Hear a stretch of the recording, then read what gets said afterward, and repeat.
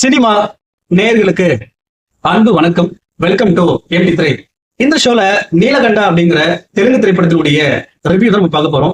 இந்த படம் வந்து பாத்தீங்கன்னா தமிழ் டப்பிங்கோட சன் நெக்ஸ்ட் ஓடிடில அவைலபிளா இருக்கு. இந்த படத்துல வந்து பாத்தீங்கன்னா மாஸ்டர் மகேந்திரன், ராம்கி மற்றும் பலர் நடிச்சிருக்காங்க. இந்த படத்தை வந்து பாத்தீங்கன்னா ஒரு ஆக்ஷன் எமோஷனல் கலந்த ஒரு என்டர்டெய்னரா இந்த படத்தை கொடுத்திருக்காங்க. இந்த படத்தினுடைய கதை அப்படின்னு பாத்தீங்கன்னா இந்த படத்தினுடைய ஆரம்பத்திலேயே சரஸ்வதிபுரம் அப்படிங்கிற ஒரு ஊரை காட்டுறாங்க. இந்த ஊர் வந்து பாத்தீங்கன்னா பயங்கர பரபரப்பா இருக்கு. ஒரு பக்கம் வந்து பாத்தீங்கன்னா பிரசிடென்ட் எலெக்ஷன் நடந்துட்டு இருக்கு, இன்னொரு பக்கம் வந்து பாத்தீங்கன்னா கபடி விளையாட்டு நடந்துட்டு இருக்கு. இது ரெண்டுத்திலுமே வந்து பாத்தீங்கன்னா நம்ம நாயகன் ஹீரோ வந்து பார்ட்டிசிபேட் பண்றாரு. இன்னொரு பக்கம் வந்து பாத்தீங்கன்னா அந்த ஊர்ல இருக்கக்கூடிய பிரின்சிபல் ஒரு நபர்கிட்ட நீலகண்டா அப்படிங்கிற ஒரு நபரை பத்தி சொல்றாரு.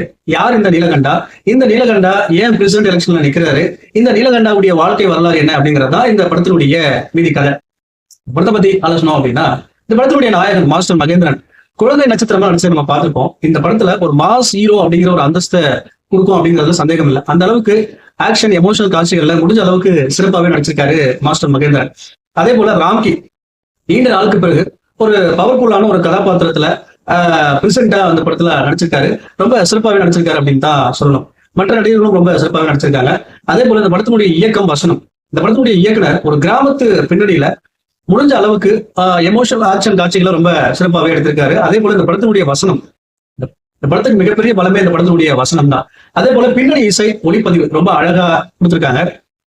அதாவது படத்தினுடைய நாயகன் எப்படி வந்து பாத்தீங்கன்னா ஒரு பிரசிடென்டா ஆகுறாரு, ஒரு சாதாரண இளைஞன் அப்படிங்கிறதையும் ரொம்ப நீட்டா கொண்டு போயிருப்பாங்க. அதே போல இந்த படத்துல வரக்கூடிய லவ் சீன்ஸ் ஓரளவுக்கு சிறப்பாக கொடுத்திருக்காங்க. அதே போல நம்ம நாயகன் எப்படி ஒரு கபடி விளையாட்டு வீரரா என்ட்ரி ஆகுறாரு, அதற்கு பிறகு எப்படி வந்து ஒரு ஃபைனல் மேட்ச்ல ஜெயிக்கிறாரு, அந்த மாதிரியான காட்சிகளை முடிஞ்ச அளவுக்கு சிறப்பாக கொடுக்க ட்ரை பண்ணியிருக்காங்க. மேக்கிங் வைஸ் ரொம்ப நல்லா எடுத்திருக்காங்க. பட் இன்னும் கூட திரைக்கதையை சுவாரஸ்யமா அமைச்சிருக்கலாம்.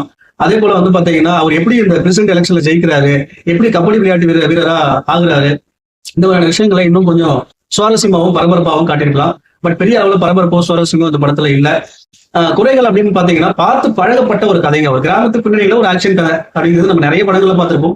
அதே மாதிரியான ஒரு டெம்ப்ளேட்டு அதான் இன்னும் கொஞ்சம் பெட்டரா அமைச்சிருக்கலாம் அப்படிங்கிறதா என்னுடைய கருத்து. அதே போல படத்தினுடைய நீளம் முதல் பாதி ரொம்ப மெதுவா போற மாதிரி இருக்கும், ரொம்ப ஸ்லோவா போற மாதிரி இருக்கும். அதை கொஞ்சம் பெட்டரா பண்ணியிருக்கலாம்.